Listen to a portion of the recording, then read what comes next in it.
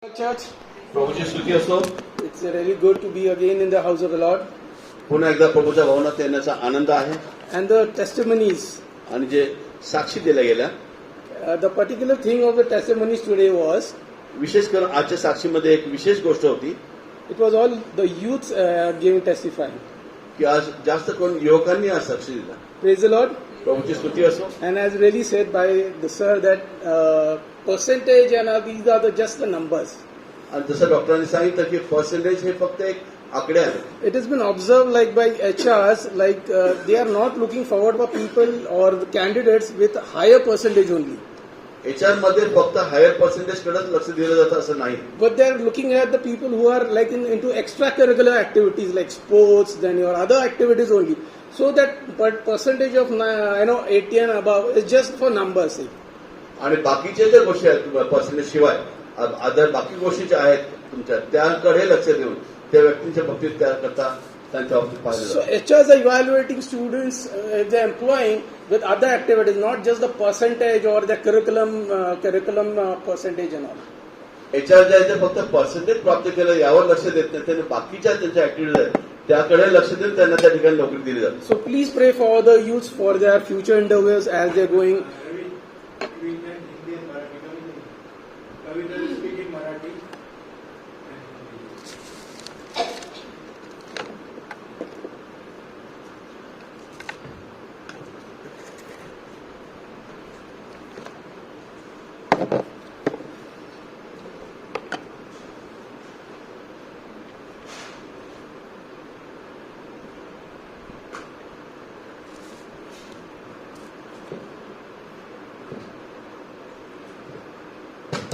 Yes. So please pray for all the youths as they are going for their future endeavors, their future studies, what streams they need to take. God should help them to take good streams and for their higher studies and all. युवकों के लिए विशेष करके प्रार्थना कीजिए कि वो आने वाले समय में अच्छी तरह से अच्छे स्ट्रीम में चले जाए और अच्छा पढ़ाई की ओर ध्यान दें.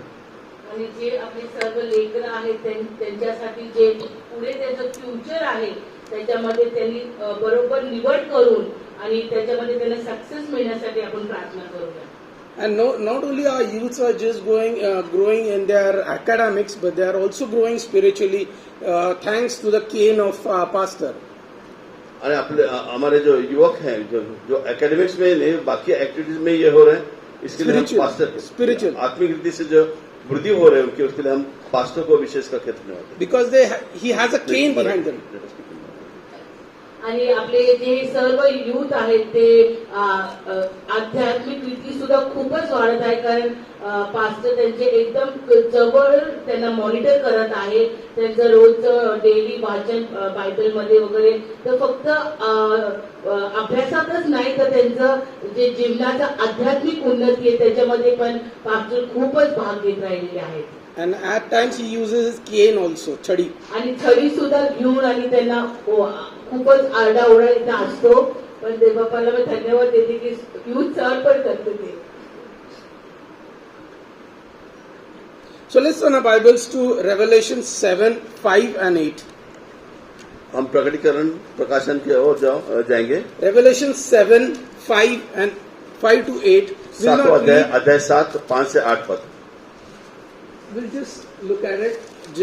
Revelation 7, chapter 7, 5 and 8. Over here, it's like 12 tribes have been given. 7वां अध्याय 5 से 8 पद. We'll not read it. We'll just look at it. आपण प्रगतीकरण 7व्या अध्यायामध्ये जे दिलेलं आहे त्याच्याकडे आपण बघूया. Okay. 12 वंश असं त्याच्याबद्दल लिहिलेलं आहे. So in that Revelation, 12 tribes have been given who are being included in those 1,44,000, the number for Israel. और यहाँ पर जो है 1,44,000 लोगों के अंदर इनके बारे में जो है ये लोगों के बारे में लिखा गया है. Now one, आणि ज्या 12 वंशवाळी आहेत बायबलमध्ये लिहिलेले 12 वंशवाळी त्या 12 मध्ये जे प्रभूचे निवडलेले लोक आहेत त्याच्याबद्दल 1,44,000 जे निवडलेले लोक आहेत हे सर्व 12 वंशावळीमधून येणारे आहेत. now in this, one clan is missing. और इसमें जो है एक वंश जो है वो उसमें नहीं. आणि त्या 12 वंशावळीमधल्या एक आहे जी वंशावळीची नाही आहे ती कोणती आहे? Can you just guess it? One clan is missing in that. And इसमें it से has जो been नहीं है replaced. नहीं है उसका आप अंदाज कर सकते हो? God. It is the God clan that has been missing and it has been replaced by Manasseh clan. और यहाँ पर गाद जो वंश है इसको जो है मनुष्य ने बदली कर दिया। आणि या 12 वंशामध्ये जी गाठ अशी वंशावळी ती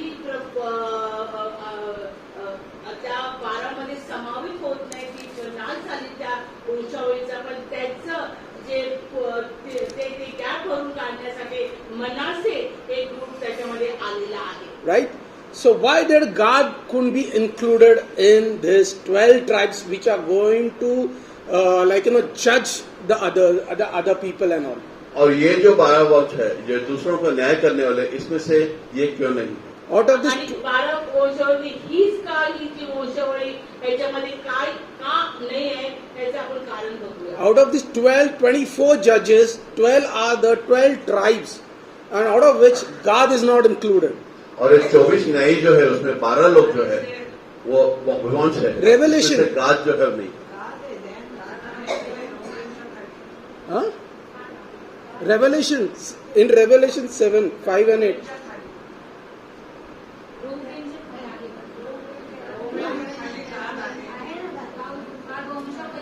आहे त्याच्यात गाद रोबिनच्या खाली आहे। So which is missing then?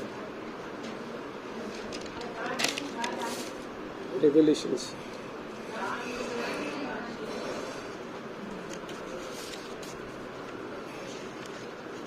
Revelation 7. Sorry, Dan. I forgot. It's Dan, not God. It's Dan. दान जो है वो इसमें से इस वंशों में से 12 में से मिसिंग है। It's Dan. Sorry, I misread it. बिलकुल गाठ चालती दान ही ट्राईब नाही आहे त्याच्यामध्ये. Okay. Now, so why did Dan couldn't get into this clan of 12 judges, 12 tribes? ये 12 वंश में से दान जो है वो क्यों नहीं है? Let's turn our Bible to Judges 18, 1 and 2. न्याय की पुस्तक किताब 18 1 और 2 में हम देखेंगे। Judges 18, 1 and 2.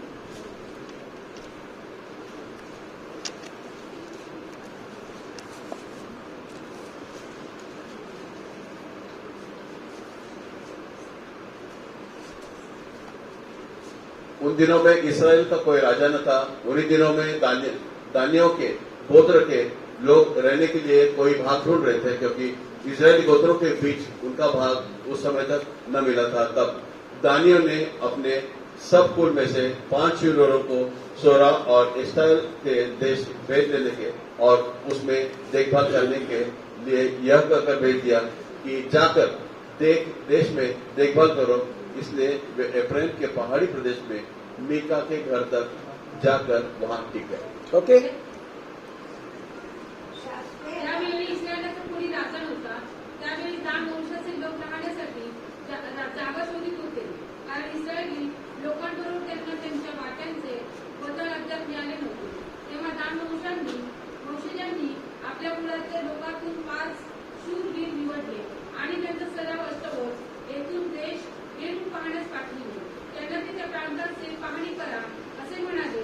ते एफ्राईमच्या डोंगराळ प्रदेशात मिकाच्या घरापर्यंत आले व तेथे त्यांनी रात्रीचा मुक्काम केला। And then 28 to 31. उसके बाद 28 से 31 पद हम पढ़ेंगे।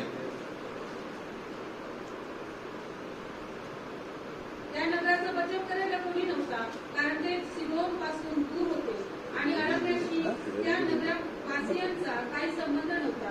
ते नगर बेत रहोबच्या जवळ असलेल्या खोऱ्यात होते। ते नगर पुन्हा बसवून जास्त राहू लागले। त्यांनी त्या नगराला इस्रायलचा एक मुलगा म्हणजे आपला पूर्वज दाग याचे नाव दिले। पूर्वी त्या नगराचे नाव लईश होते। दान वंशजांनी त्या कोरीव मूर्तीची स्थापना केली। देशाचा पाडा होईपर्यंत वर्षभरचा मुलगा व और कोई बचाने वाला न था, क्योंकि सीदोन से दूर था। वह सीदोन से दूर था। वे मनुष्यों से कुछ व्यवहार न रखते थे और वह बेतरहोब की तराई में था। तब उन्होंने नगर को दृढ़ किया, उसमें रहने लगे और उन्होंने उस नगर का नाम इजराइल के पुत्र अपने मूल पुरुष दान के नाम पर दान रखा। परंतु पहले तो उस नगर का नाम लैश था। तब दानियों ने उस खुदी हुई मूर्त को खड़ा कर दिया। देश की बंधुआई के समय वह योनातन जो गर्मेश का पुत्र मूसा का पोता था, वह और उसके वंश के लोग दान के गोत्र के पुरोहित बने। Praise the Lord. प्रभु की स्तुति हो। Where did Dan people went and lived?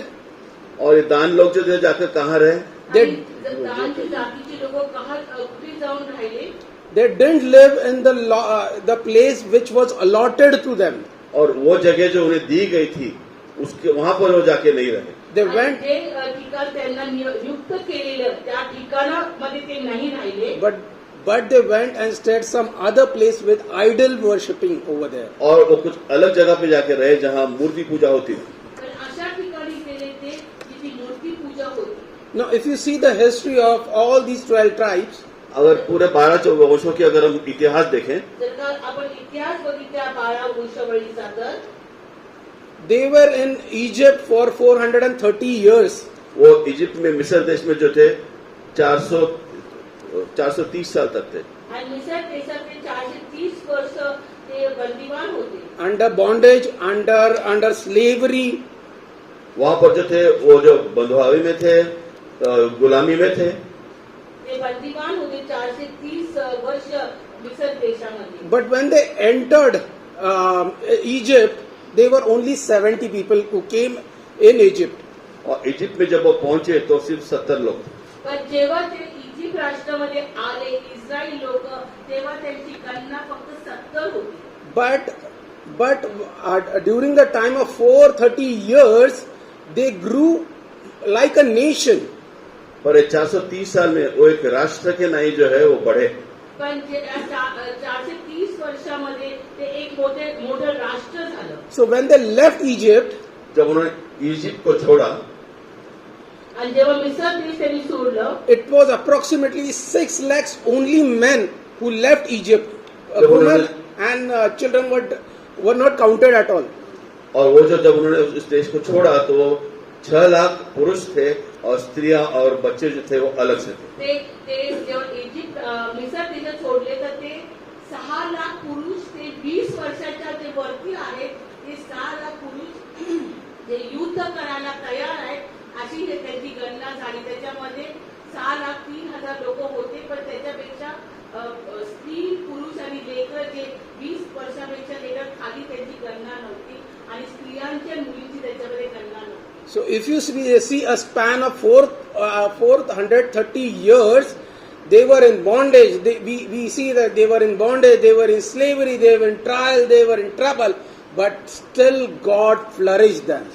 हालांकि वो 430 साल जो थे गुलामी में थे, समस्याओं में थे, लेकिन फिर भी परमेश्वर ने हमेशा उनको उन्नत किया। Children of जर का तुम्ही तो इतिहास वाचला की ज्या कष्टाने आणि ज्या गुलामीमध्ये इस्रायल लोक राहिले होते मिसर देशामध्ये, तर तरी पण त्यांना ह्या संकटामध्ये आणि ह्या त्रासामध्ये पण प्रभू यहोवाने त्यांना एक मोठं राष्ट्र बनवलेलं.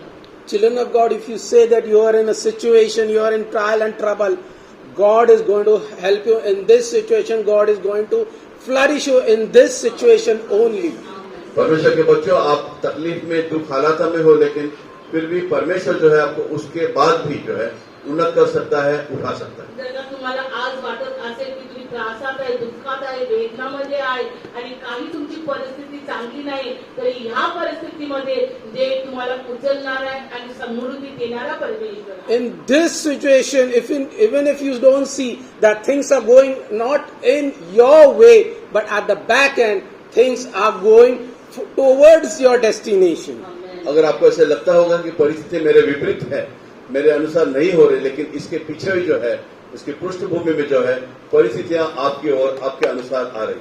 आता आज जरी तुम्हाला वाटत असेल की सगळी परिस्थिती एकदम शांत आहे, काही हलत नाहीये, काही प्रार्थनेचं उत्तर दिसत नाही, काही चळवळ नाहीये, पण देवबापाचा हात कार्य करत आहे आणि ते तुम्ही पाहणार.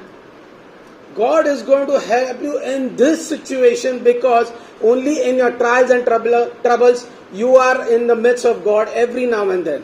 पर परमेश्वर आप जो जिस भी परिस्थिति में समस्या हो, लेकिन परमेश्वर का हाथ आप पर उसी परिस्थिति में भी बना रहेगा. आणि ह्या परिस्थितीमध्ये कोणत्याही परिस्थितीमध्ये जे बापाचा हात आहे तो कार्य करत आहे आणि तो कार्य करणारा हात तुम्ही पहा. Not only this, that God flourished them, but He blessed them with food and everything. If you see Numbers 11, 5 and 6. Numbers 11, गणना 5 and 6. गणना 11 अध्याय 5 और 6 पद में इसके बारे में आप देखोगे.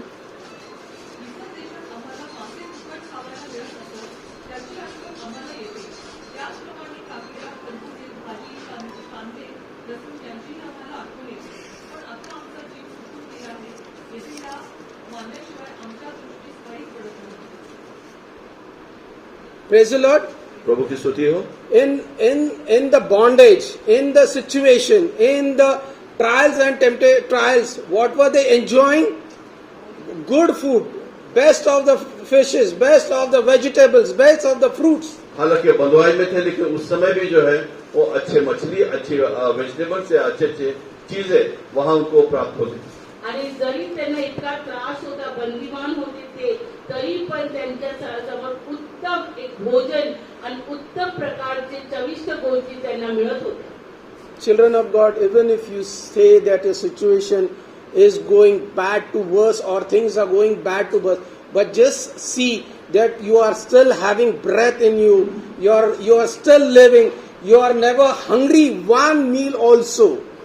परमेश्वर के बच्चों, आप समस्या में हो सकता है अच्छी चीजें नहीं हो, लेकिन फिर भी आपके अंदर वो सांस रखी है, आपको नित्य आपका भोजन मिल रहा है, एक बार भी आपको भूखा नहीं रहना पड़ रहा है. यही अपने आप में बहुत बड़ी बात है. आज आपली परिस्थिती काही पण असली तरी प्रभूने आपल्यामध्ये तो श्वास ठेवलेला आहे, आपले सर्व शरीर व्यवस्थित चालत आहे आणि आपल्याला लागणाऱ्या रोजच्या गरजा प्रभू त्याच्या स्वर्गाच्या भांडारातून पुरवत आहे. For the breath that you are taking, you are not paying money for it. जो सांस आप ले रहे हैं उसके लिए आप कोई भी पैसा चुकता नहीं करते. आज जो श्वास आपण घेतो त्याच्यासाठी आपल्याला कोणती पण किंमत द्यावी लागत नाहीये. Because in Corona we have seen that for every bed we have to pay a pie in that ventilator. क्योंकि कोरोना पीरियड हमने देखा है, वहां पे हमको हर सांस के नहीं हर प्रति भी हमें जो है पैसा चुकाने पड़ता था. आणि करोनामध्ये खूप लोक श्वास न घेता येण्यासाठी ते मरत होते आणि त्या मशीनसाठी किती लोकांना ते पैसे द्यावे लागले. But though we are in a situation, though the Psalms 91 say, though thousands may fall around you, though 10,000 may fall in front of you, but it will not hurt you at all. भजन संहिता 91 कहता है कि आपके एक तरफ 10,000, दूसरी तरफ 10,000 भी होंगे, लेकिन आपके जीवन पर कोई आँच नहीं आएगी, आपको कुछ भी नहीं होगा. आणि प्रभूचं वचन आहे की तुमच्या किती पण 10,000 लोक येऊ हमला करायला, पण तुमच्यावर ते हमला करू शकणार नाही. It will not hurt you because your heavenly Father is with you. And in this situation, He's just trying to teach you something. और ये दिखाता है कि परमेश्वर की उपस्थिति होगी तो आपको कोई चीज नहीं लगेगी. यही बात यहाँ पर दिखाई गई. आणि जर का आपले स्वर्गीय पिता आपल्या बरोबर असतील तर आपल्याला कोणत्याच गोष्टीची हानी होणार नाही आणि असर सुद्धा होणार नाही. So coming back to our again with the Israelites. So when the Israelites left Egypt, all the clans, all the 12 clans had the privilege of leaving, getting out of the bondage. और यहाँ पर जो हम फिर से एक बार आते हैं मिस्र देश की, और जहाँ से वो इजराइल लोग निकले, और सारे 12 जो वंश थे वो भी जो है उस बंधुआई से मुक्त हो गए. सब देखते हैं. आणि जेव्हा मिसर देश सोडण्याची वेळ आली तर जे 12 वंशवळे होते त्यांना सर्वांना ती कृपा मिळाली की ती 12 वंशवळे मिसर देश सोडण्यासाठी. And while leaving that Egypt, what is that? They looted the Egyptians. जब वो उस मिस्र देश से बाहर निकले तो वो जो है निकलते समय भी जो है वो मिस्री लोगों को जो है लूट कर निकले. आणि ज्या दिवशी त्यांना मिसर देश सोडायचं होतं त्या दिवशी मिस्री लोकांनी स्वतःहून त्यांना त्यांचे सोने नाणे सगळं दिलं आणि इस्रायल लोकांनी भरपूर इथे तिथलं सामान घेऊन ते निघालेले आहेत. the people who tortured them, the people who harassed them, had to give their ornaments and everything when the slaves were leaving. Praise God. जब प्रभु की स्तुति हो, जब ये गुलाम लोग जो है वहां से निकल रहे थे और उन लोगों ने जो उन्हें ताड़ना दी, परेशान किया, वही लोगों को उनको अपनी चीजें देनी पड़ी. आणि ज्या लोकांनी त्यांना छळलं त्या लोकांनीच त्यांना आशीर्वाद देऊन त्यांची स्वतःची मालमत्ता देऊन त्यांना त्या मिस्र देशाच्या बाहेर पाठवलं. Praise the Lord. प्रभु की स्तुति हो. Children of God, the people whom you think are troubling you are going to praise you one day. जो लोग आपको आज तकलीफ दे रहे वही एक दिन आपकी सराहना करें. आणि आज आपल्याला वाटतं की लोक आपल्याला त्रास देतात, छळ करतात, पण त्याच लोकांच्या मुखातून आपल्यासाठी देवा स्तुती आणणार आहे. Praise the Lord. प्रभु की स्तुति हो. How many people have this faith? कितने लोगों को इस बात पर विश्वास है? Praise God. प्रभु की स्तुति हो. Now leaving this Israel, the journey from Egypt till the promised land was of wilderness. और ये जो वहां पे मिस्र देश से निकले तो उनको जो वचन का जो प्रदेश था वहां आने का प्रवास जो था वो बहुत ही मरुभूमि में इकलौता अकेला ऐसा प्रवास था. आणि जेव्हा इस्रायल लोकांनी मिस्र भूमी सोडली आणि त्यांना ज्या अभिवचनाच्या देशामध्ये जायचं होतं त्या देशापर्यंतचा प्रवास एक अरण्यातून होता. For all these 12 tribes, it was a journey through wilderness. ये पूरे 12 जो वंश थे इनका जो प्रवास था वो उस जंगल में से अरण्य में से था. आणि हा 12 वंशावळीचा प्रवास त्या अरण्यातून होता. But only the thing they had the option, सिर्फ उनको एक ही उसमें प्रावधान था. त्यांच्यासाठी एक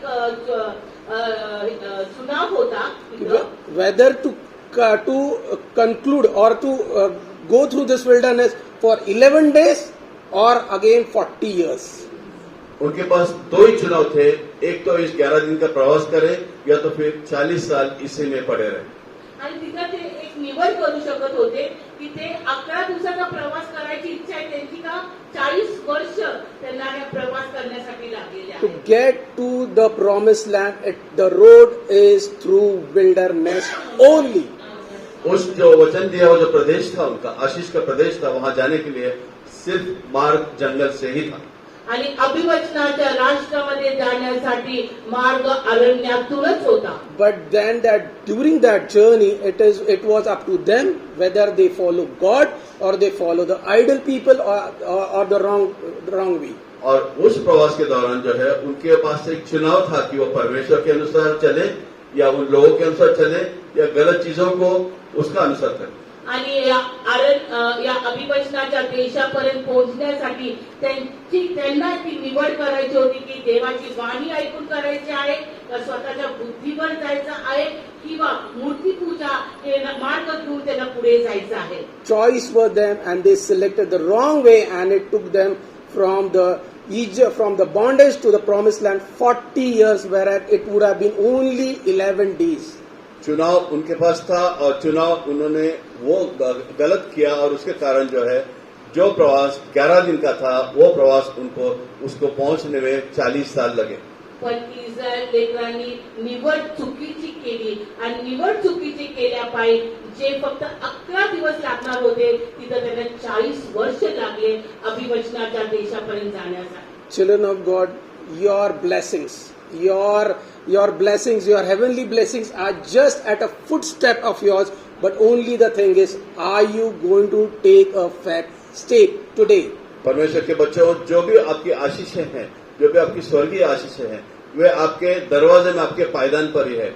चुनाव आपका है कि आप उसे किस तरह लेते हैं. आज आपले प्रभूने जे आशीर्वाद जे आपल्यासाठी आहे ते आपल्या दाराशी येऊन उभे आहे, पण आज आपण कोणची निवड करत आहे ती महत्वाची आहे. Because God doesn't impose on it. He has not made any one of us robots. Just press one button and you stand up. Just one button and you start praising. No. परमेश्वर हम पर कोई जोर जबरदस्ती नहीं करता है, जैसे रोबोट के अनुसार कि एक बटन दबाया जाए और वो कार्य हो, ऐसा कभी नहीं करता. प्रभूने आपल्याला निवड दिलेली आहे, त्यांनी आपल्याला इच्छा दिली आणि तो स्वतःची इच्छा आपल्यावर केव्हाच लादत नाही. तो आपली इच्छा करण्यासाठी आपल्याला तो अनुमती देत असतो. So children of God, everyone though they had the Dan people had this privilege of getting out of the bondage, going through this 40 years, and now eventually they reached the promised land.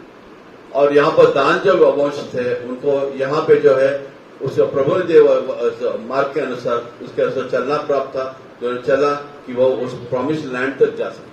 आणि दान जी वंशवाळी त्यांना पण देवानी त्या अरण्यातून जाण्यासाठी कृपा दिली, अभिवचनाच्या राष्ट्रापर्यंत पोहोचण्यासाठी.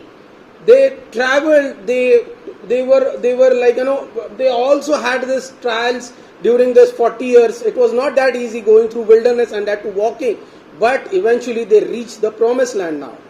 और दान जो है उन्हें भी ये रास्ता आसान नहीं था, उनके जीवन में भी समस्या थी, उसको उन्होंने पार किया और वो अभिवचन का जो देश था, वचन किया दिया देश था, वहां पर वो पहुंच सके.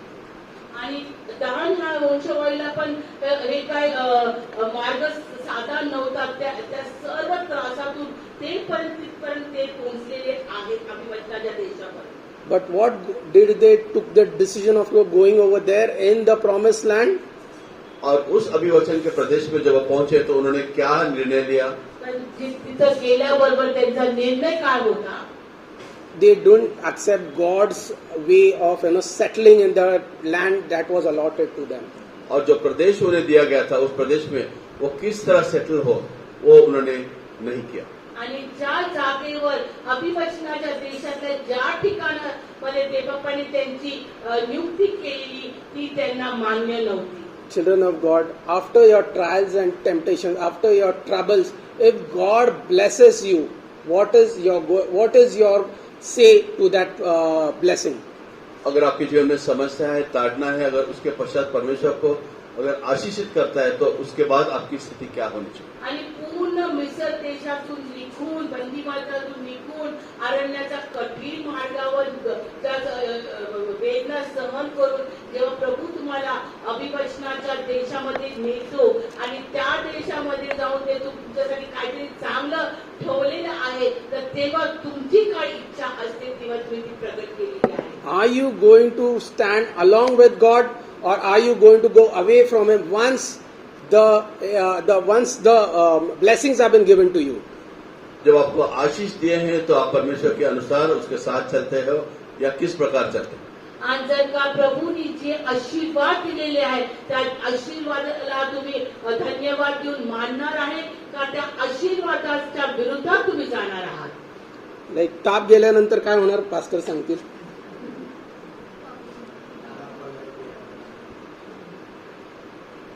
आणि पास्टर तर तुम्हाला सगळ्यांना माहिती आहे, ते म्हणतात जेव्हा आपल्याला गरज असेल तेव्हा तापाला जाऊन बोलतो ते बापाला ताप आला तर देव माझा बाप, ताप गेला तर मी देवाचा बाप. Praise the Lord. प्रभु की स्तुति हो. Praise the Lord. So प्रभु की स्तुति हो. it's important. What is your stand if God's going to be blessing you in the days to come? अगर परमेश्वर आपको आशीषित करता है तो उस समय आपका स्टैंड क्या होगा, किस तरह आप उसे स्वीकारते हैं, ये आपके ऊपर निर्भर है. आणि जर का देवा तुम्हाला आशीर्वादित करतो तर तुम्ही ते आशीर्वाद कसे स्वीकारणार आहे आणि त्याच्यासाठी तुम्ही कसे उभा राहणार आहे हे तुमच्या हातामध्ये. Okay, now the second question comes, what is the key for blessing them? और दूसरा सवाल आता है कि आशीष के लिए जो चाबी है वो कौन सी है? आणि मग आशीर्वादाची किल्ली काय आहे ते आपण बघूया. Exodus 23:25.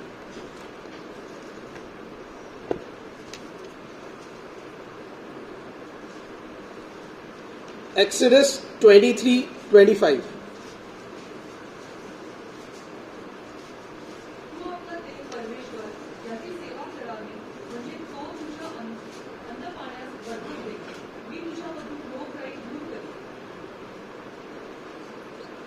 और तुम अपने परमेश्वर यहोवा की उपासना करना, तब वह तेरे अन्न जल पर आशीष देगा और तेरे बीच में से रोग दूर करेगा.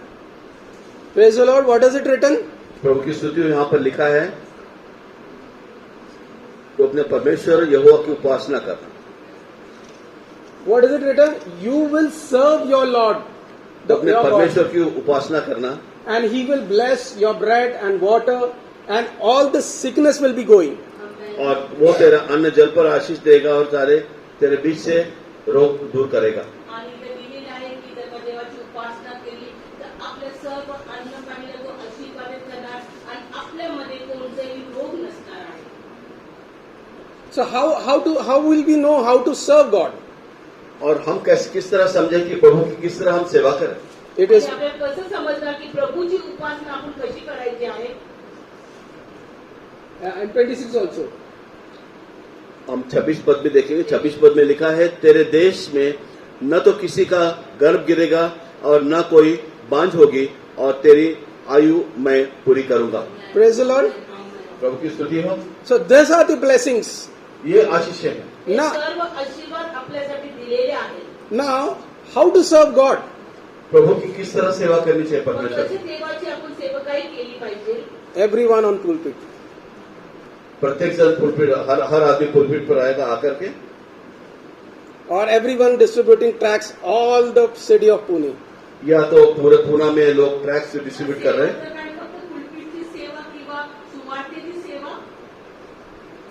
Everyone has been given this. Everyone has been given a service. हर एक को एक सेवा कार्य दिया गया है. पण देवाने सर्वांना एक सेवा दिलेली आहे. But how will we know that? हम इसे किस तरह समझे. आणि आपण ती कशी समजून घेणार. John 14, 16 and 17. यूहन्ना से समाचार 14 अध्याय 16 पद में इसके संबंध में लिखा है.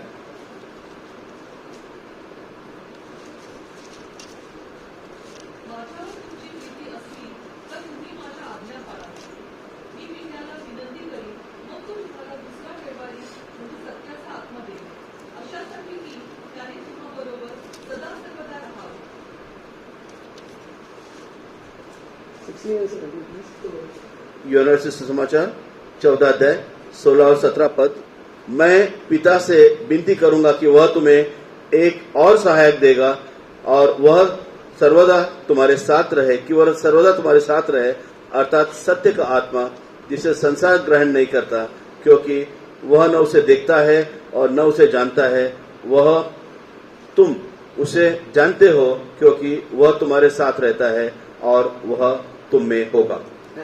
And I will pray the Father, and he shall give you another comforter, that he may abide with pastors, evangelists, deacons, elders. Is it written that? क्या यहाँ पर ऐसा लिखा है कि मैं पास्टर लोगों के साथ, डीकन लोगों के साथ ही रहूंगा? The whole हे जे वचन वाटतं त्याच्यामध्ये काय स्थान दिले का काय होते दिले की पास्टर डीकन्स एल्डर्स लीडर्स वरतीच प्रभू राहणार आहे म्हणून. the Holy Spirit that has been given will abide with whom? With whom? With whom? Everyone sitting over here. पवित्र आत्मा जो Everyone दिया sitting गया over है, here. पवित्र आत्मा जो दिया गया हर एक के साथ रहेगा जो भी यहाँ पर बैठा हुआ है. आणि जे इथं लिहिलेलं आहे की जे प्रभूने आपल्या प्रत्येकाला तो कैवारी आत्मा दिलेला आहे. Everyone sitting over here. So whether you are an engineer, whether you are a doctor, whether you are a bank manager, whether you are a school teacher, whether you are a student, the Holy Spirit is given to you, not only for evangelists, not only for a pastor, not only for a prophet. पवित्र आत्मा जो है वो हर एक को, चाहे आप किसी भी प्रोफेशन से हो, डॉक्टर, इंजीनियर या जो भी आपका प्रोफेशन हो, वो आप सबको ये दिया है, न कि पास्टर को या सिर्फ सुसमाचार करता को.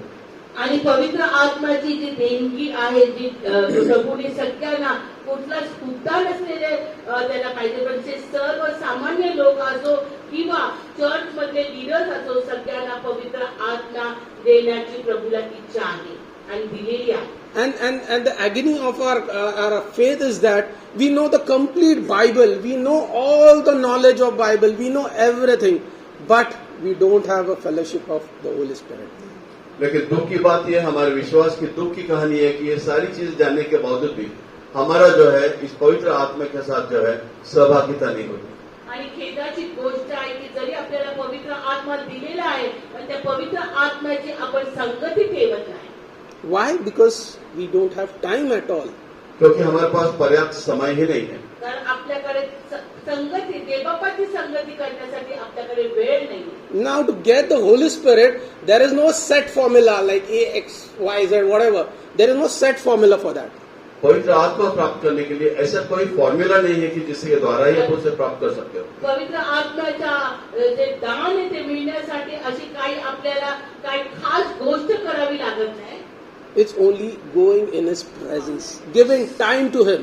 सिर्फ उसकी उपस्थिति में जाना, उसके लिए समय देना इतना ही पर्याप्त है। Only He is expecting your time. सिर्फ वो आपका समय की अपेक्षा रखता है। आणि पवित्र आत्म्यामध्ये भरून जाण्यासाठी आपल्याला काही कष्ट नाही, फक्त ते बाप्पाच्या सानिध्यात बसण्यासाठी आपल्याला तो वेळ द्यायला हवा. You don't have to give any money. You don't have to give any big rituals. You just have to come in His presence.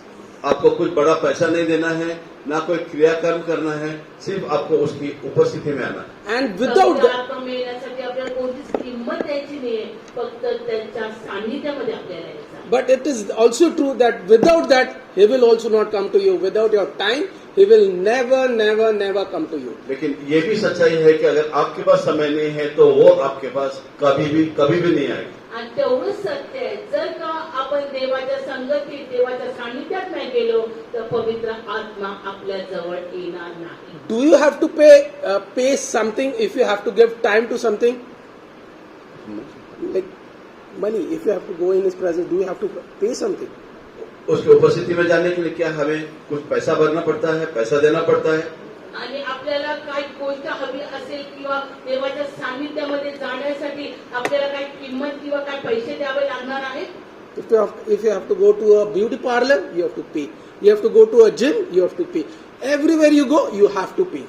हमको अगर ब्यूटी पार्लर में जाना है, जिम में जाना है तो हमको पे करने पड़ता है, हर जगह पे करने पड़ता है। पण आपण जर का जगतिक गोष्टीमध्ये बघितलं तर जर का आपल्याला पार्लर असो, जिम असो किंवा हॉटेल असो, कुठे पण जायचं असेल तर आपल्याला पैसे मोजावे लागतात. But in presence of God, you just have to come in His presence without paying a pie to Him. लेकिन प्रभु की उपस्थिति में आते समय आपको बगैर किसी पैसा दिए हुए आपको उसके उपस्थिति में आना संभव है। पण देवबापाच्या सानिध्यामध्ये येण्यासाठी ते विनामूल्य आहे, फक्त आपल्याला त्याच्या सानिध्यात जायचं आहे. And because of what it says in John 16, 13 and 15, और इसलिए योना 16 13 और 15 कधी तो सत्याचा आत्मा येईल तेव्हा तो तुम्हाला मार्ग दाखवून सर्व सत्यात नेईल, कारण तो आपल्या स्वतःचे सांगणार नाही, तर ते काही ऐकेल तेच सांगेल आणि होणाऱ्या गोष्टी तुम्हाला कळतील. तो माझे गौरव करेल, कारण जे माझे आहे त्यातून घेऊन ते तुम्हाला कळेल. what it say? जब अर्थात सत्य का आत्मा आएगा तो तुम्हें सब सत्य का मार्ग बताएगा, क्योंकि वह अपनी ओर से न कहेगा, परंतु जो कुछ सुनेगा वही कहेगा और आने वाली बात तुम्हें बताएगा. वह मेरी महिमा करेगा, क्योंकि वह मेरी बातों में से लेकर तुम्हें बताएगा. So today if you are saying that in this situation I'm not able to understand where I should go, what I should do, you have an answer for that. अगर आपके मन में सवाल है कि मैं इस परिस्थिति में किस तरह जाऊँ, ये समझ नहीं पा रहे, किस तरह समझूं, तो उसके लिए आपके लिए एक जवाब यहाँ है. आज जर का आपली परिस्थितीमध्ये आपल्याला एक व्यवस्थित विचार किंवा समजत नसेल काय करायचं, तर तुझं त्याच्यासाठी उत्तर दिलेलं आहे.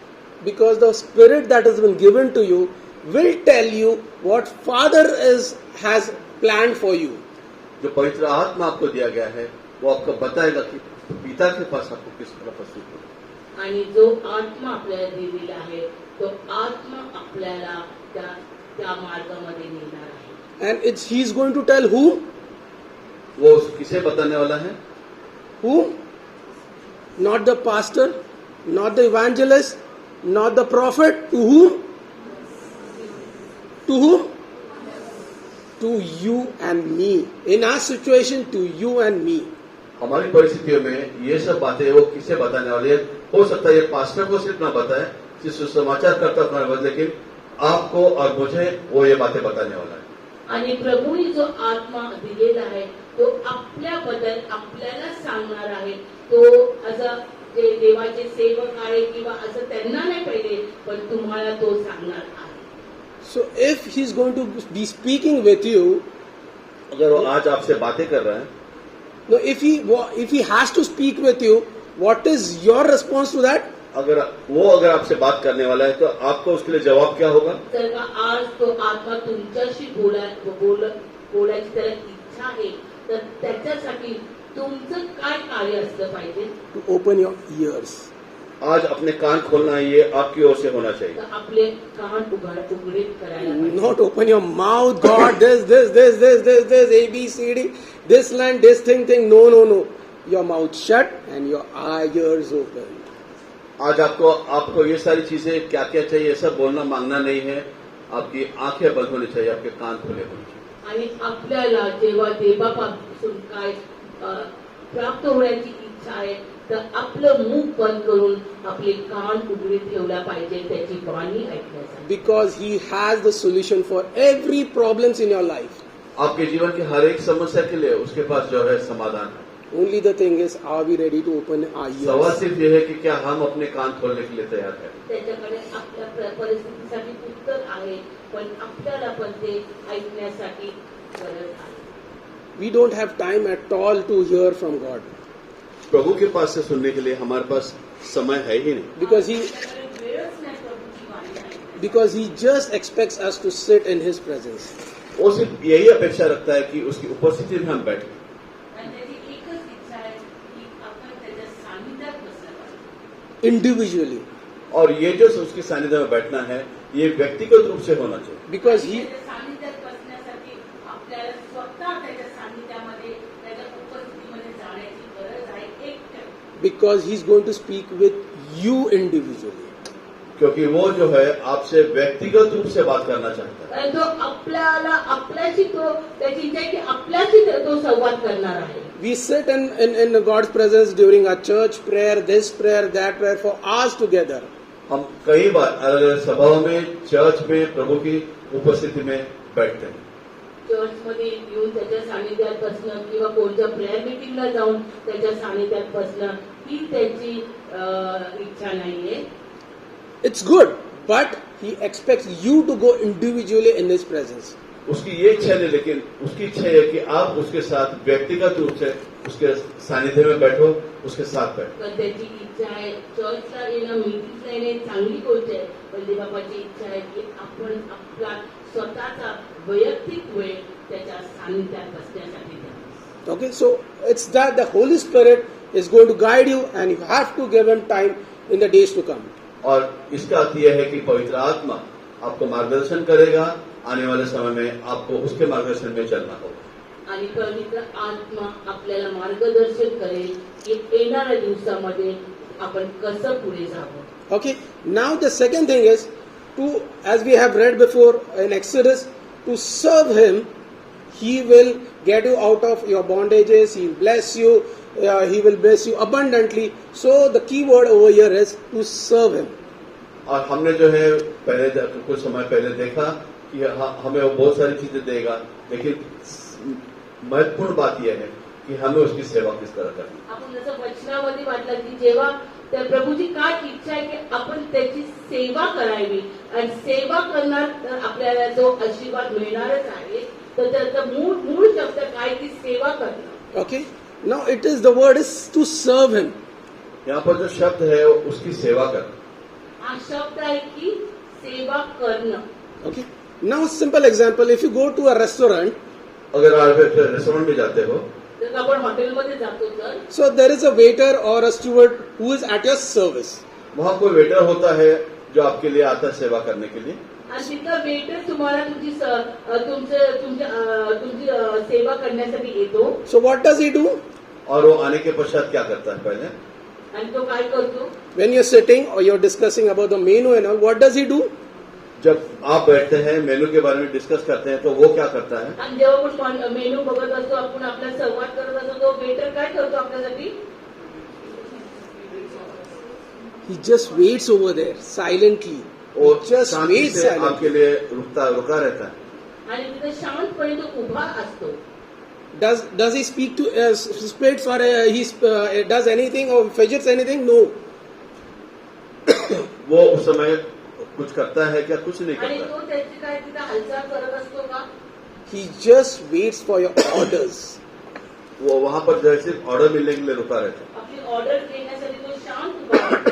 Until and unless you don't give him order, he will just stand over there waiting for your orders. जब तक आप ऑर्डर नहीं देते वो शांत रीति से वहां खड़ा रहता है आपके ऑर्डर आने के लिए. आणि जोपर्यंत आपण ऑर्डर देत नाही तोपर्यंत तो तिथं उभा असतो. Children of God, if you have to serve God, अगर आपको परमेश्वर की सेवा करनी है you have to wait in His presence, stand still. उसकी उपस्थिति में हमें शांति से शांत खड़ा रहना है. जर का आपल्याला देवबापाची सेवा करायची आहे तर त्याच्या सानिध्यात आपल्याला स्थिर उभा राहण्याची गरज आहे. Until and unless He gives an order, just be still in His presence. जब तक वो आपको कोई हुक्म नहीं देता, ऑर्डर नहीं देता, तब तक शांति से उसके उपस्थिति में खड़े रहना है. जोपर्यंत देवबापापासून आदेश येत नाही तोपर्यंत त्याच्या सानिध्यामध्ये तुम्हाला शांतच बसावं लागणार. Because many a times people take to serve God is to just do something, go here, go there, this meeting, that meeting, and just we get exhausted, spiritually exhausted.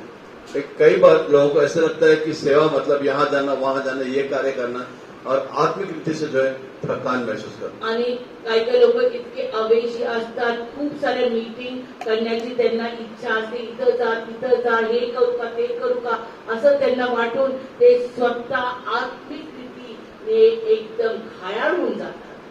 So Sundays they are so busy going to this meeting, this meeting, and then Monday to Friday, my God, they are nowhere with God. Sunday को जो है रविवार को जो है वो ये meeting वो मीटिंग अलग अलग जगह जाते हैं. उसके बाद जो है पश्चात शुक्रवार तक उनके पास कोई समय नहीं रहता. आणि रविवारचा हा दिवस आहे, पूर्ण मीटिंग मधून ह्या मीटिंग मधून त्या मीटिंग मध्ये ते जातात, पण सोमवार ते शनिवार त्यांच्याकडे वेळ नसतो. But on Saturday and Sunday, they are more than an angel. शनिवार और रविवार को जो है वो एक देवदूत से भी बढ़कर उनकी उपस्थिति होती है. आणि शनिवार रविवार ते दूतासारखे असतात. Right, youths? On Saturday, so they are like angels. आणि शनिवारी तर दूतासारखे असतात. All the youths are like angels, more than angels, with all the Bible study and everything. जो युवक जो है वो शनिवार के दिन उस दिनों में जो है वो एक स्वर्गदूत के नहीं दिखाई देते. आणि आपले जे युवक आहेत ते तर दूतासारखेच तिथं असतात शनिवार रविवार. Especially Shaniwar, Friday, Saturday, the pastor is there. Okay, so how to serve God then now? तो परमेश्वर की सेवा किस प्रकार करें? What does Bible say about the service then? पवित्र शास्त्र इस सेवा कार्य के बारे में क्या कहता है? मग देवाची सेवा कशी करायची आणि त्याच्यामध्ये पवित्र शास्त्रामध्ये काय लिहिलेलं आहे? Romans 12:1-2. रोमी की पत्री 12 अध्याय 1 और 2 पद में इसके बारे में लिखा है.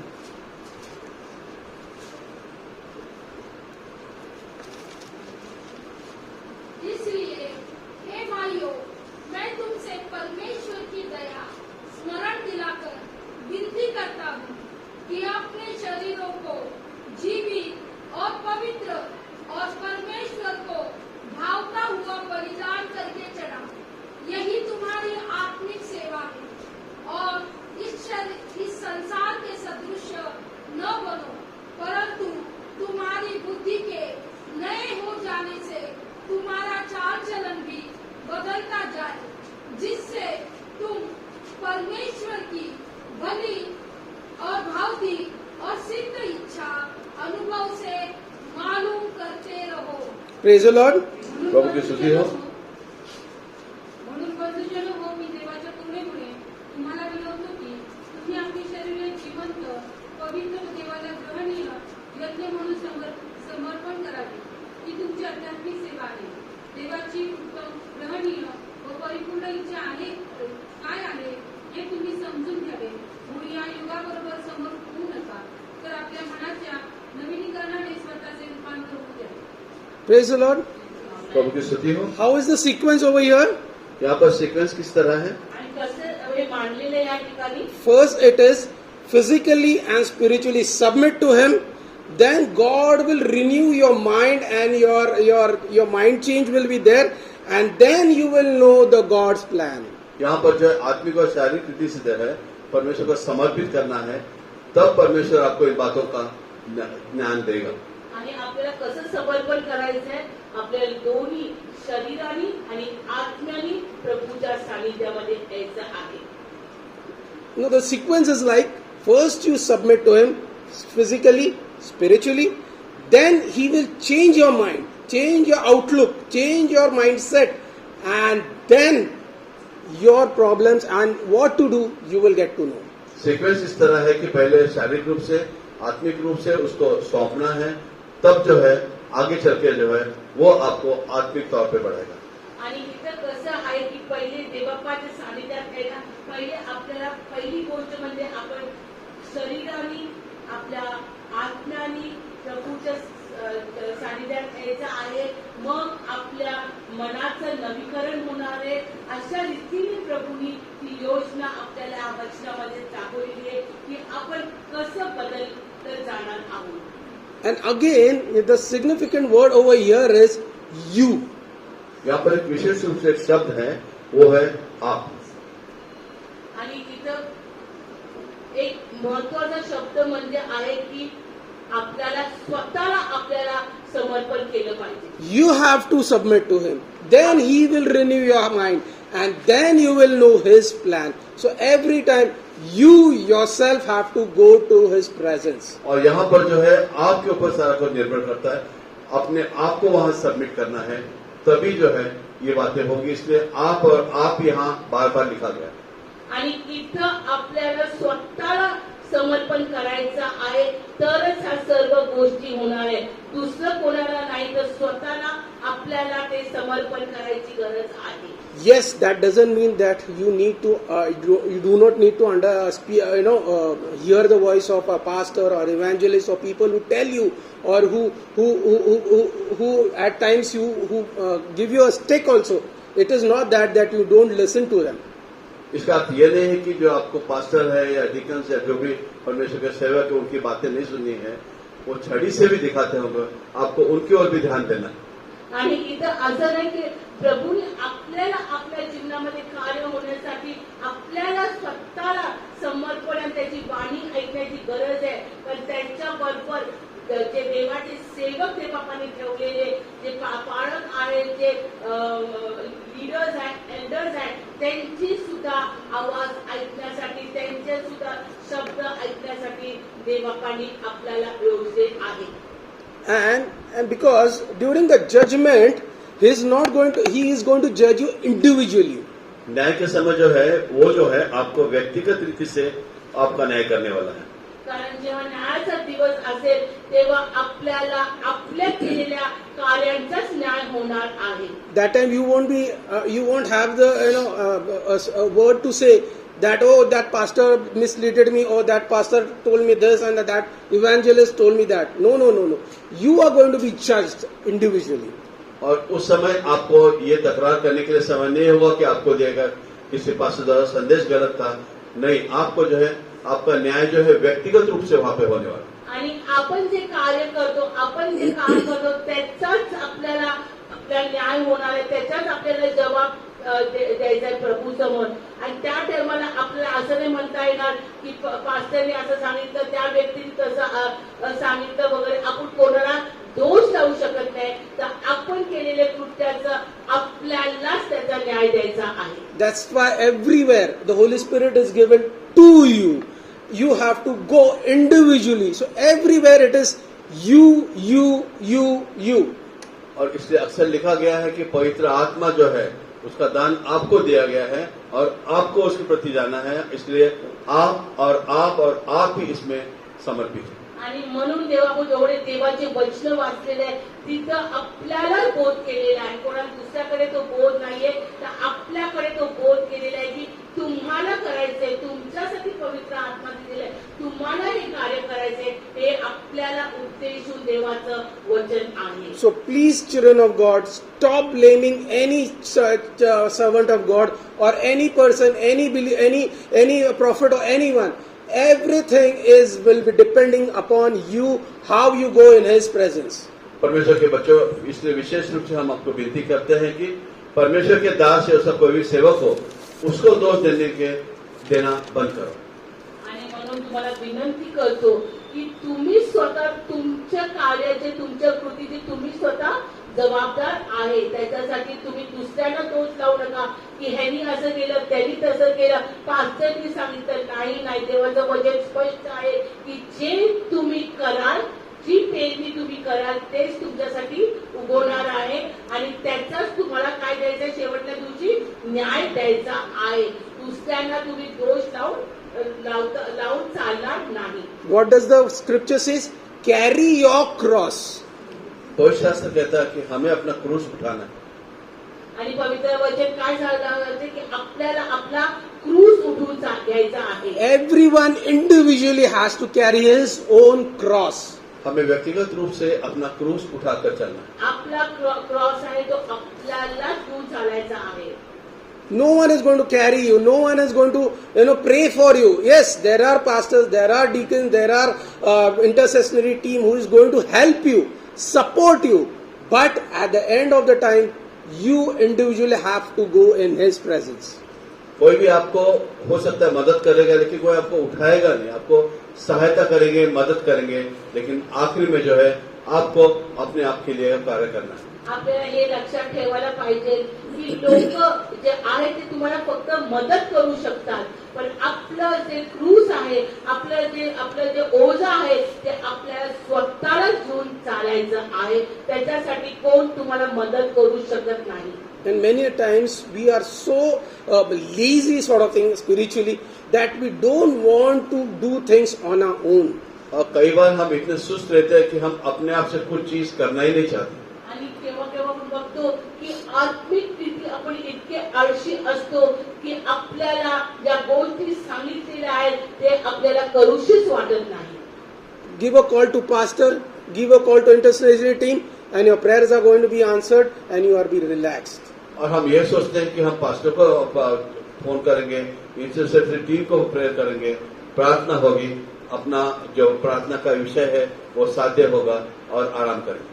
आपल्याला केव्हा केव्हा वाटतं की जस्ट पास्टरला फोन किंवा इंटरसेसरी टीमला सांगण्याने आपण तेवढं केलं तर बस झालं आपले उत्तर मिळणार आहे. No. Over here it is said, you have to go in His presence. You have to lead your ears to Him, and then answers are going to be coming to you. और आपको जो है व्यक्तिगत रूप से उसमें जाना है और वो जो बातें आपको सीखनी है इसलिए आपके बारे में क्या गया ये सारा कुछ आपको करना है व्यक्तिगत रूप से. आणि आपल्याला व्यक्तिरीतीने आपल्याला स्वतः त्याची जबाबदारी घेऊन आपल्याला देवाला हाक मारायची देवाच्या सानिध्यात जायचंय आणि देवाची वाणी ऐकायची आहे. Many times we are so lazy. Many a times we say one particular community is very rich. कई बार हम इतने सुस्त रहते हैं हम सोचते हैं कि कोई समाज है जो बहुत अमीर है. केव्हा केव्हा आपण तर आळशी असतो पण आपल्याला असं वाटतं की बापरे हा समाज कितीतरी श्रीमंत आहे. Why? Because they work hard. त्याचं कारण असं आहे की ते खूप कष्ट करतात. आणि आपण श्रीमंत बनतो पण ते श्रीमंती किंवा ती पैसे असेच येतात का कष्ट केल्याशिवाय येतात का. We as believers- लोक फार कष्ट करतात. We as believers, we don't want to work hard. और विश्वासी है लेकिन हमें जो है हमें मेहनत करना ज्यादा पसंद नहीं. आपण स्वतःला विश्वासी म्हणतो पण आपल्याला ते आळशीपणामध्ये राहतो. आपल्याला काम आणि कष्ट करायला आवडत नाही. I have a very good example. I always remember that example. और एक मिसाल के तौर पे कुछ चीजें हैं जो हमेशा भाई याद करते हैं. आणि उदाहरण आम्ही घ्यायला गावाकडे There was one professor whose name was Kulkarni. एक प्रोफेसर होते त्यांचं नाव कुलकर्णी आहे. और एक प्रोफेसर का नाम था Kulkarni. He was sort of my colleague. वो इनके कलीग थे. आणि ते आम्ही एक संबंधात होते ते. So you understand which community or I'm referring to. और कौन से समाज से वो हम समझ सकते हैं. आणि कुलकर्णी म्हटल्यावर तुम्हाला माहिती कोणते जातीचे ते लोक असतील. And he had a privilege, being a professor, he had a privilege to go to UK, one of the universities, on a deputation of 6 months.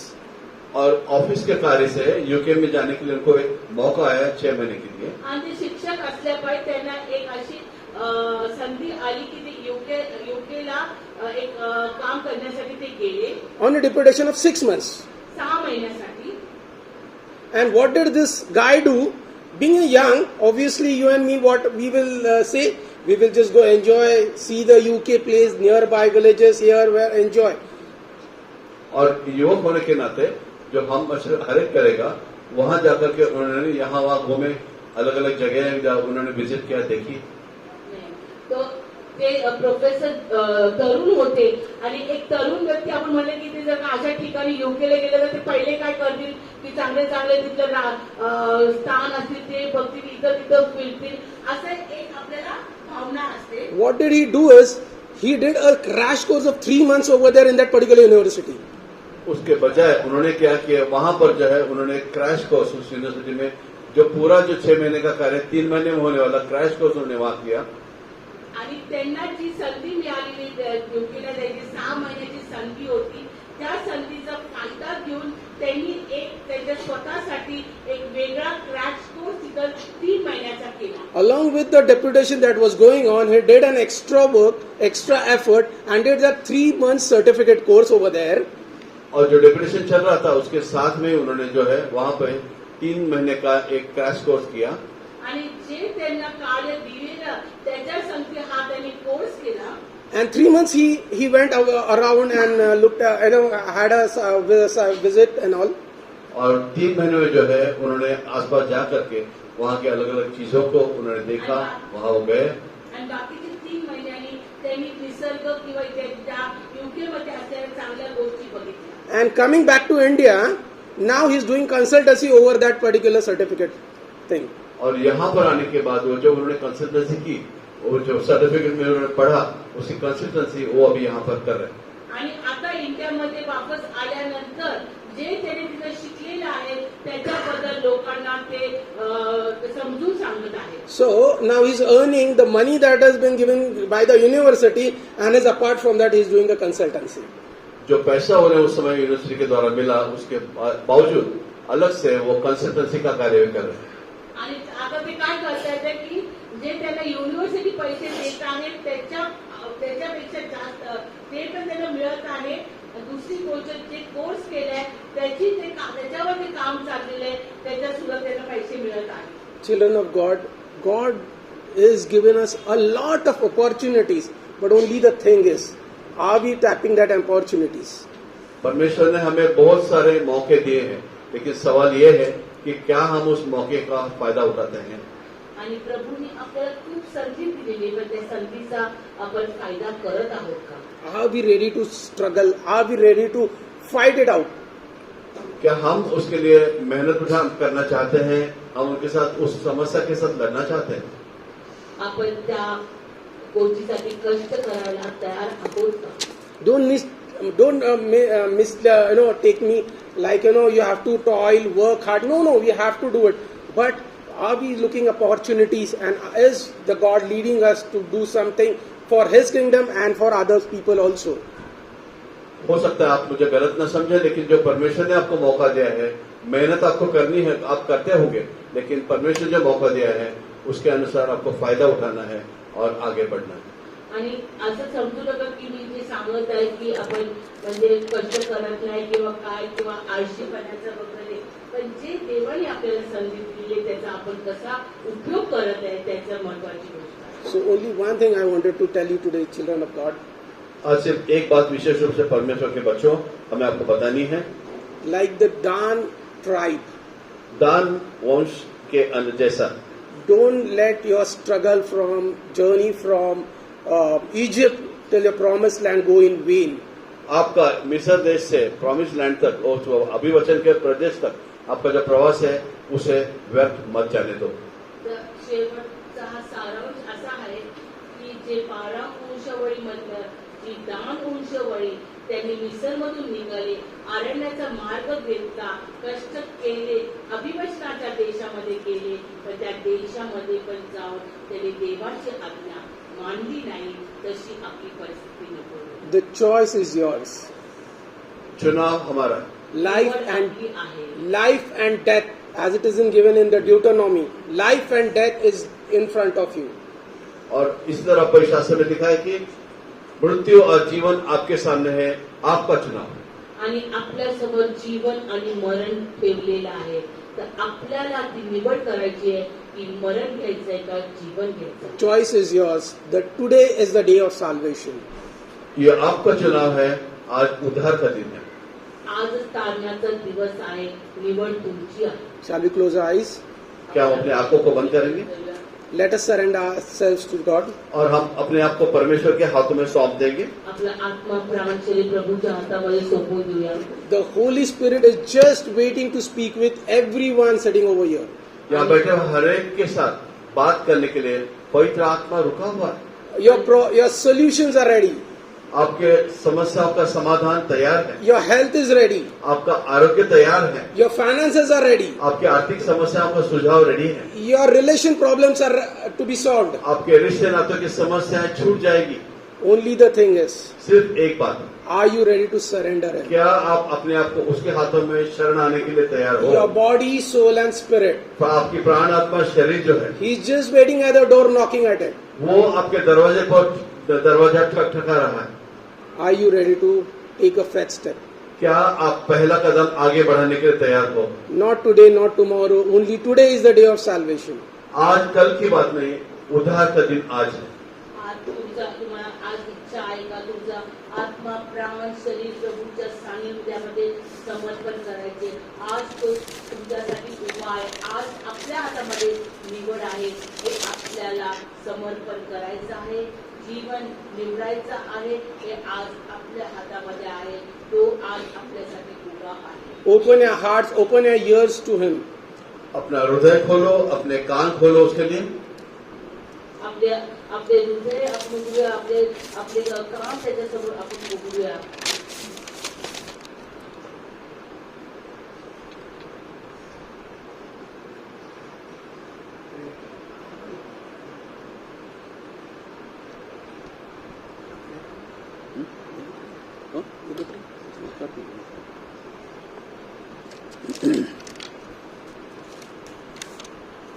हम सारे अपने सरों को झुकाएंगे, आंखों को बंद करेंगे.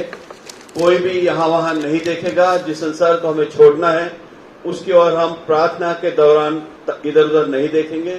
हम प्रभु की ओर अपनी आंख लगाएंगे, अपने कान उसकी ओर खोलेंगे. प्रार्थना करेंगे. जीवित महान परमेश्वर पिता, इस समय के लिए धन्यवाद स्तुति. आपने इस प्रवासकालीन जीवन में हम सभी को चलाया परमेश्वर. आपके उन अनमोल वचनों को हमारे तक आपके दास के द्वारा पहुंचाया. उसका इस्तेमाल आपने किया. आपके नाम की स्तुति हो परमेश्वर. इस महान दिवस के लिए धन्यवाद जो उद्धार का दिन आज आया परमेश्वर. अनेकों ने आज अपने मन को आपके योग्य रखा है और आपको अपना व्यक्तिगत मुक्तिदाता करके स्वीकारा है परमेश्वर. आपके नाम की स्तुति हो.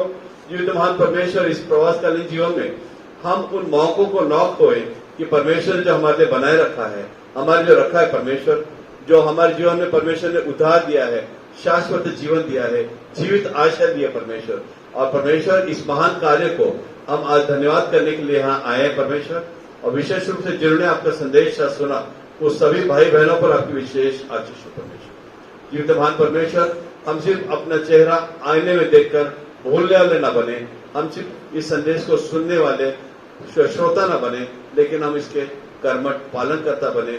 ऐसा अनुग्रह आप हमें दो करके दीजिए परमेश्वर. जीवित महान परमेश्वर, इस सभा को अपने सुचारू रूप से चलाया. भाषा में अनुवाद करने का समय मन बल बुद्धि दिया. आपके नाम की स्तुति हो परमेश्वर. इस प्रवासकालीन जो विशेष करके हम प्रार्थना करते हैं इस कलिसिया के युगों के लिए. जीवित महान परमेश्वर, इनके वीकेंड जो है परमेश्वर आप में बने रहे, आपको समय देने वाले बने रहे करके प्रार्थना है परमेश्वर. इनका मन जो है वो आपकी ओर लगा रहे ताकि आने वाली पीढ़ी आपके नाम को गौरव देने वाली बने. विशेष रूप से प्रार्थना करते हैं परमेश्वर इस कलिसिया के लिए जो आपने इस पुना शहर को इस अभिवचन के लिए, आशीष के लिए, बेदारी के लिए परमेश्वर, इस संजीवन के लिए चुना है. वो कार्य यहाँ होकर के प्रार्थना करते, वो कार्य यहाँ होकर के प्रार्थना करते परमेश्वर. हमें विश्वास है कि ये कलिसिया वो कार्य के लिए पुना की चुनी हुई कलिसिया है. हम विश्वास करते हैं परमेश्वर. और ये कार्य यहाँ होने के लिए हमें उपवास प्रार्थना में लगे रहने के लिए सहायता करो परमेश्वर. हमें अन्य भाषा का दान मिलने के लिए परमेश्वर अनुग्रह को प्रार्थना करते हैं. जीवित महान परमेश्वर, इस कलिसिया के अगुवे पर आपकी विशेष आशीष. इस कलिसिया के अगुवे के जीवन, आरोग्य, सेवा, साक्ष्य, सारे जीवनों के अंगों पर आपकी विशेष आशीष. उनके कुटुंब पर आपकी विशेष आशीष परमेश्वर. आज जो भी यहाँ आया परमेश्वर आपका संदेश सुनने के लिए, वो संदेश उनके जीवन में नित्य नित्य रह करके प्रार्थना परमेश्वर। और परमेश्वर वो संदेश के अनुसार वो पवित्र जीवन जीने के लिए परमेश्वर उन्हें आप अनुग्रह दो, कृपा दो करके प्रार्थना, ताकि परमेश्वर जिस दिन तुरही बजेगी, जिस दिन न्याय होगा परमेश्वर, जब हमें अकेला आपकी उपस्थिति में खड़ा रहना है, उस समय वे परमेश्वर के सामने जो है धब्बा और जुर्री विरहित जीवन बिताए हुए व्यक्ति बनाए, परमेश्वर को स्वीकार योग्य व्यक्ति करके खड़े रह करके प्रार्थना परमेश्वर, खड़े रह सके ऐसे अनुग्रह उन्हें दो करके प्रार्थना परमेश्वर। जो भी आज अपनी समस्या लेकर आए परमेश्वर, सभीयों को आशीषित कीजिए। जो अनारोग्य स्थिति में है उन्हें आशीषित कीजिए, जो अपने जीवन काल के वृद्धापकाल में है उन्हें आशीषित कीजिए परमेश्वर। जिनको नौकरी की समस्या है उन्हें आपके दया करना कृपा का हाथ बढ़ाकर परमेश्वर अनुग्रह दीजिए, सहायता कीजिए, मदद कीजिए परमेश्वर। इस कलिसिया की उपवास प्रार्थना का जो दौर चल रहा है परमेश्वर, ये आपके पवित्र आत्मा का ज्यादा से ज्यादा अनुग्रह इन पर हो परमेश्वर। जो उपवास प्रार्थना करते हैं, प्रार्थना योद्धाओं पर आपकी विशेष आशीष परमेश्वर, उनके घरों को, कुटुंब को आप आशीषित कीजिए परमेश्वर।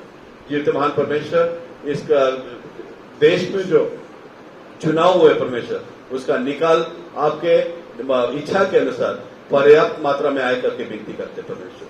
जीवित महान परमेश्वर, जैसे हम आए, हम दोबारा अपने घरों को लौटते समय आप हम सभीयों के संग रहें और हम सुरक्षितता से अपने घर जाए करके प्रार्थना है।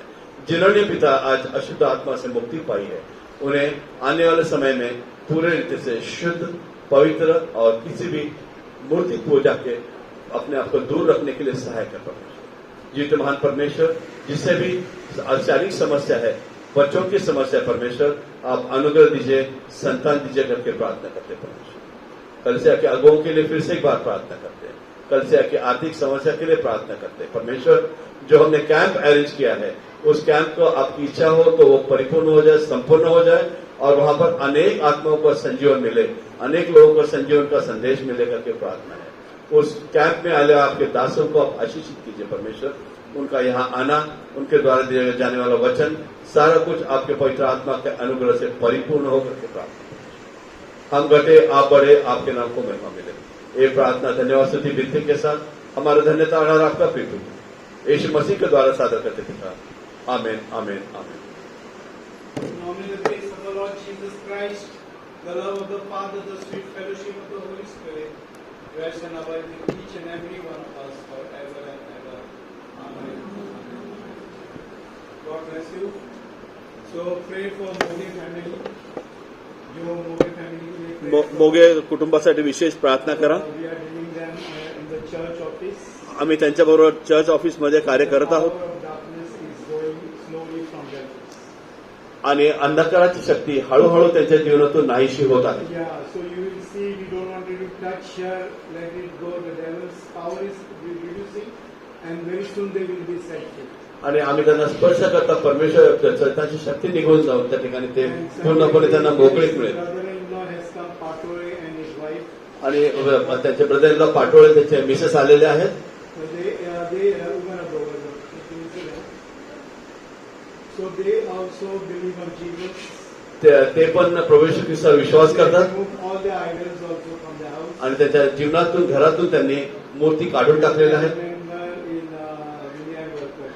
आणि ते विनयाद वर्कर्स चर्चच्या ठिकाणी कार्यरत आहेत। Because of this family, his sister and his brother. आणि या कुटुंबाच्या माध्यमातून हे ब्रदर आणि सिस्टर प्रभूकडे आलेले आहेत। Winning these people who are very poor, downtrodden, broken. Now God is going to deliver all these people who are broken down. आणि परमेश्वर जे आहे तो त्या लोकांना जे दुखी आहेत, त्रासलेले आहेत, त्यांना मदत करणार आहे, उठणार आहे So we will increase the house of the Lord like this. आणि त्याद्वारे परमेश्वराचा गृहाचा अनुग्रह। Pray for the youth especially. युवकाकरता विशेष प्रार्थना करा Taking them into holiness. की त्यांना पवित्रतेकडे घेऊन जाण्याकरता। Every day they are sending the verse, what they are reading, how many hours they are praying, how much they are watching.